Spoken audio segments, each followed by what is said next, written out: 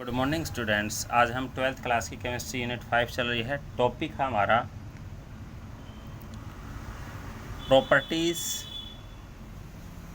Of colloidal solution. अब colloidal solution की property क्या है, वैसे तो पढ़ के आ रहे हैं लगभग, लेकिन फिर भी क्या है कि एक एक अलग अलग प्रॉपर्टी के बारे में स्टडी करेंगे।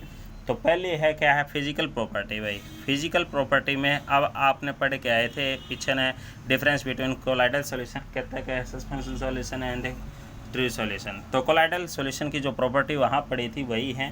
तो इट शोज कहता है कि इट इज़ द हेट्रोजीनियस। भाई क्या है, हेट्रोजीनियस। ठीक है, तो याद रखना है हेट्रोजीनियस करेक्टर शो करता है, हेट्रोजीनियस करेक्टर। भाई तो दूसरी प्रॉपर्टी आपने पढ़ी थी कि इट इज़ क्या है, स्टेबल। क्या है, स्टेबिलिटी शो करता है, इट इज़ स्टेबल। क्या है, इट इज़ स्टेबल। ठीक है, तीसरी प्रॉपर्टी आपने पढ़ी थी उसमें, तो क्या था उसमें, it is do not settle. It is do not settle.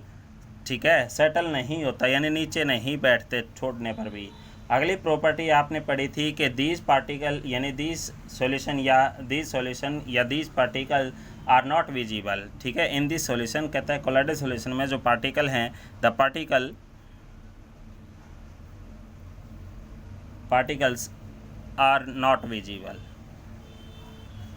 दिखाई नहीं देते। ठीक है, तो विजिबल टू नेक्ड आई है बस हैं। दूसरी प्रॉपर्टी है आपकी फिजिकल प्रॉपर्टी के बाद आपकी प्रॉपर्टी आती है कोलिगेटिव प्रॉपर्टी। अब दिस यानी कि ये कौन भाई, कोलिगेटिव प्रॉपर्टी जो है कोलाइडल सॉल्यूशन कहते हैं कि चार प्रॉपर्टी थी आपके पास कोलिगेटिव प्रॉपर्टी।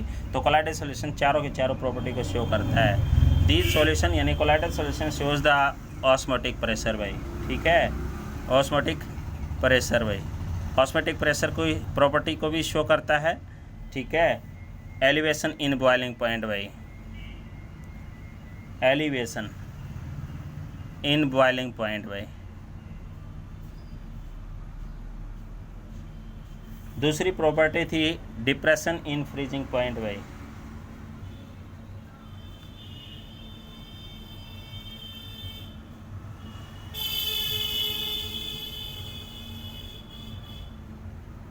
और एक और थी आपकी relative lowering of vapour pressure. भाई relative lowering of vapour pressure.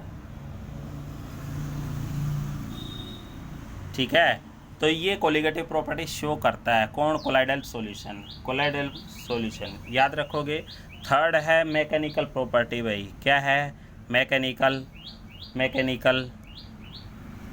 Property. भाई मैकेनिकल प्रॉपर्टी में it shows the Brownian moment. कौन भाई, colloidal solution shows the Brownian moment. ठीक है, तो ब्राउनियन मोमेंट तो याद रखोगे। तो ब्राउनियन मोमेंट होता क्या है, अब अपने को ये पता होना चाहिए कि ब्राउनियन मोमेंट होता क्या है। तो it is defined as the, क्योंकि आपने पढ़ा जिगजैग मोशन को ही क्या ब्राउनियन मोमेंट बोलते हैं। It is defined as the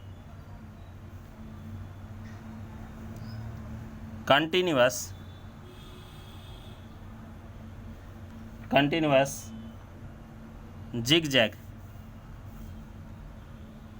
zigzag moment of the colloidal particle।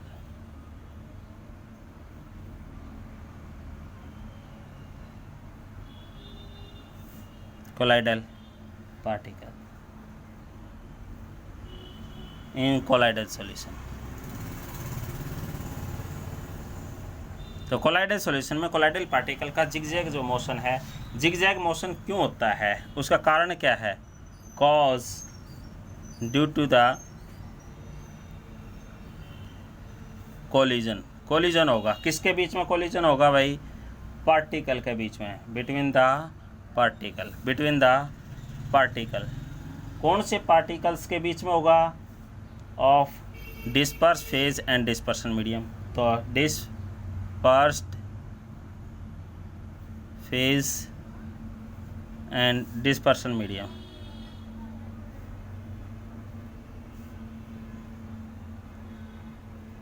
ठीक है, उसके बाद फोर्थ प्रॉपर्टी है ऑप्टिकल प्रॉपर्टी। क्या है? Optical property.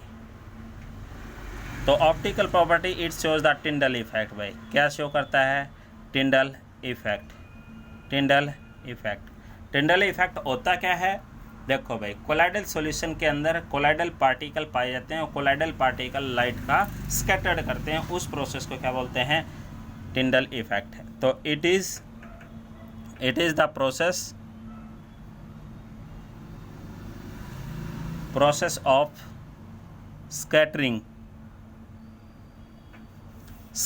of light by the colloidal particles